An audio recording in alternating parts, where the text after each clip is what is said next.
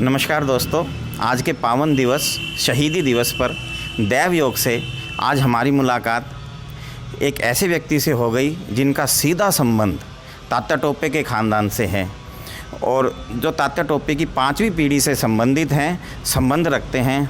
और आज के पावन दिवस पर आए जाने तात्या टोपे के जीवन के बारे में, उन शहीदों के बारे में जिन्होंने इस देश के लिए अपना बलिदान दिया और आज़ादी के लिए लड़े।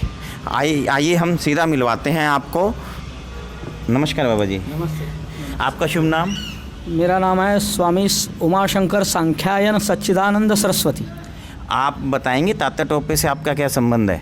हो 1857 के क्रांति नायक सेनाध्यक्ष श्रीमंत योगी तात्या टोपे, इनके पुत्र थे सखाराम सामंत और उनके पुत्र थे विठ्ठलराव सुभेदार, उनके पुत्र थे नारायणराव टोपे शेखदार, उनके पुत्र थे भगवान राव और भगवान राव का मैं पुत्र हूँ। यानी लगभग 5वीं पीढ़ी से संबंधित हैं आप। 5वीं पीढ़ी संबंध है। तो आप बताएंगे तात्या टोपे पे कुछ प्रकाश डालें, थोड़ा युवा पीढ़ी को बताएं कि उनका क्या योगदान था देश की आज़ादी में या उस गदर में, उस क्रांति में। तात्या, महाराष्ट्र में एक ऐसी परंपरा थी कि पहला बच्चा माँ के घर में होता था। उस प्रकार तात्या का जन्म उनके नानी के घर में हुआ, मामा के घर में हुआ। उस समय ईस्वी सन था 1814 और 1857 तक तात्या तत्कालीन भारत के राजवाड़ों के युवराजों को सैनिक शिक्षा देते थे। उसमें रानी लक्ष्मी भी उनकी विद्यार्थिनी थी। रानी लक्ष्मी की माता भागीरथी, तात्या की माता रुक्मिणी और नाना की माता सत्यभामा, ये सगी बहनें थी।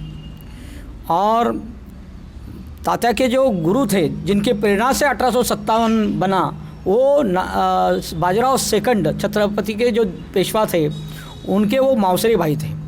वो स्वामी पूर्णानंद उनका नाम था। तो तात्या ने 1857 के पूर्व जो महर्षि दयानंद जी के प्रेरणा से संयोजन में जो काशी में आज़ाद हिंद सरकार की या अर्थात क्रांतिकारी सरकार की जो कमेटी बनाई थी, जिसको कार्यकारिणी या मंत्रिमंडल बोलते हैं, उसमें तात्या टोपे सेनाध्यक्ष थे, नाना सम्राट थे और रेवाड़ी के राव गोपाल देव ये प्रधान थे और बल्लभ के नाहर सिंह ये उप प्रधान थे और नरवर के राजा मान सिंह ये उपगृह मंत्री थे, रानी गृह मंत्री थी और जगदीशपुर के राजा कुंवर सिंह ये उपगृह संरक्षण मंत्री थे। ऐसी एक कमेटी इनकी थी और विदेश मंत्री अब के तुलाराम जी थे। और 1857 का जो निर्णय था, वो कौन से तारीख को युद्ध करना था, उसके पूर्व युद्ध करना पड़ा। उसका कारण ये था कि मंगल पांडे जो थे हमारे, वो हमारे क्रांतिकारी सरकार के साथ जो मिले हुए सैनिक थे ब्रिटिश के, उसके वो कमांडर जनरल थे। और ब्रिटिश को शेक होने के बाद, उनके साथ कुछ दुर्व्यवहार होने के बाद उन्होंने गोली चलाई और क्रांति प्रारंभ हो गई। और समय के पूर्व क्रांति होने के कारण सब गड़बड़ हो गई। और हमारे जो लोग थे साथी, जैसा ग्वालियर के सिंधिया थे और इंदौर के तो ये थे होलकर थे, ऐसे बहुत लोग थे, जिसमें 3275 राजवाड़ों में से 1125 राजवाड़े हमारे साथ थे। लेकिन युद्ध के समय 350 युद्ध में रहे, बाकी सब उनको जाके मिले। इस कारण हमारे पास शस्त्रास्त्र नहीं थे, उनके पास आधुनिक शस्त्र थे। बहुत कुछ कारण है इसके अपयश जो 1870 में आया। लेकिन उस 18 महीना युद्ध चला, कुल मिला के 18 महीना युद्ध चला। और उस 18 महीने के युद्ध में उनको पूरा रात दिन लड़ना पड़ता था और भागना पड़ता था, लड़ना पड़ता था। ऐसा तात्या ने बहुत ब्रिटिश को ऐसा एक सबक सिखाया था और ब्रिटिश वापस लौट रहे थे। लेकिन हमारे कुछ गद्दारों ने उनको बोले कि तुम्हारे नेतृत्व में हम लड़ेंगे और आप जाना नहीं, बोल के उनको धैर्य दिया और वो फिर टिके और 1857 आगे जाके फेल हो गया। तो तात्या टोपे जी के नेतृत्व में कुल मिलाकर 17 लाख क्रांतिकारी लड़ते थे और उसके दुगने अंग्रेज़ों के साथ थे। उनके साथ शस्त्रास्त्र थे आधुनिक, हमारे पास नहीं था। उनके पास नेटवर्क था, हमारे पास नेटवर्क नहीं था। ऐसे बहुत कारण थे। और इस धधकते क्रांति में तात्या ने अंतिम युद्ध दिल्ली में लड़ा और दिल्ली में उनको अपयश आने के बाद वो भूमिगत हो गए। भूमिगत होके इधर पहला अलीगढ़ आए, अलीगढ़ से बुलंदशहर आए, बुलंदशहर में स्वामी दयानंद से मिले, उनके आदेशानुसार फिर वो हरिद्वार में स्वामी पूर्णानंद को मिले, फिर वहाँ से वो चले गए नासिक। तो इतिहासकार लिखते हैं कि नाना साहब नेपाल भाग गए। नाना साहब स्वामी नरसिंह परमहंस नाम से वो नासिक में रहते थे, कालाराम मंदिर में, वहाँ जाके तात्या मिले, फिर उनसे विचार विनिमय होकर फिर तात्या धुलिया जिले में सोनगिरी दुर्ग नाम का किला है, वहाँ एक मठ है अभी वर्तमान, वहाँ तात्या टोपे स्वामी गोविंद परमहंस नाम से रहते थे। अभी उनकी कुल परंपरा जो है गुरु शिष्य परंपरा, उसके अनुसार उन्होंने 2020 में वो उनका मृत्यु का एक कार्यक्रम उनको रखना था। 100 वर्ष पूर्ण हो गए, 1920 में वो तात्या का निर्वाण हो गया। तो 2020 में उनका बहुत बड़ा कार्यक्रम करने वाले थे, लेकिन वो लॉकडाउन होने के कारण वो कार्यक्रम हुआ नहीं। और उसके वहाँ आपके पास सब प्रूफ्स मिलेंगे। तो स्वामी जी एक बात बताएं कि 1857 की क्रांति के बाद तात्या टोपे के परिवार का क्या हुआ, युवाओं को बताएं, क्योंकि इस विषय में किसी को कुछ भी नहीं पता, और आप उनके परिवार से हैं। उनके परिवार के बारे में हुआ क्या उनका जीवन यापन कैसा रहा, उन्होंने किस तरह की यातनाएं सही अंग्रेजों के द्वारा, क्या बताएं थोड़ा युवाओं को। तात्या के पिताजी थे वो तत्कालीन छत्रपति के दीवान थे और उनके साड़ू थे वो छत्रपति के साम्राज्य के जो अमात्य थे, महामात्य थे बाजीराव पेशवा, वो उनके साड़ू थे तात्या के पिताजी के। तात्या को 3 माताएं थी और 3 माता के पहली माता के 2 पुत्र थे, वो 1818 में युद्ध में शहीद हुए। तात्या और तात्या के सगे बंधु गंगाधर पंत, तात्या का नाम रामचंद्र पंत था और इनको पेशवा ने तात्या टोपे नाम दिया था। और ये दोनों भाई थे। और तीसरी जो माता थी वो मथुरा थी, उनको 6 लड़का और 1 लड़की थी और वे सब बिठूर में रहते थे, ब्रह्मावर्त में रहते थे। 1858 के जुलाई महीने में पेशवा का वहाँ पराभव हुआ अहिर खां गाँव में, और तब वो नाना साहब पहले भूमिगत हुए, तात्या लड़ते रहे। और तात्या को जो दिल्ली में जो पराभव हुआ उसके बाद तात्या भी भूमिगत हो गए। तो तात्या के साथ तात्या की पत्नी जानकी, तात्या का पुत्र सकाराम, तात्या की पुत्री मनोरमा, ये सब भूमिगत हो गए।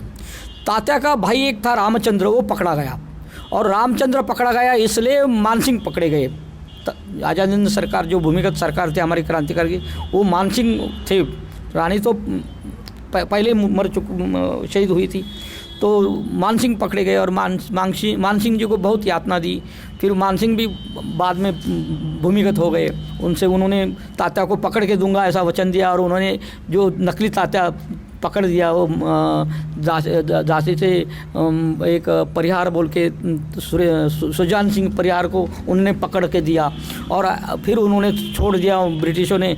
बाद में रामचंद्र ने बोला कि ये नकली तात्या है, ये असली नहीं बोला। तो फिर उनको पता लगा कि ये हमें पकड़ना जाना है, तो फिर वो परिवार भूमिगत हुआ और ऐसा हम लोग भूमिगत हुए। तो तात्या के जो सौतेली माता थी मथुरा, उनके पिता पांडुरंग हरि और उनके भाई रामचंद्र, लक्ष्मण, रघुनाथ, वैद्यनाथ और विनायक और सदाशिव, ये 6 भाई और दुर्गा ये बहन, ये पकड़ी गई। पकड़ने के बाद उन्होंने उनको नज़र कैद में ब्रह्मावर्त में रखा और उन्होंने लिख के दिया कि हम तात्या को पकड़वा देंगे।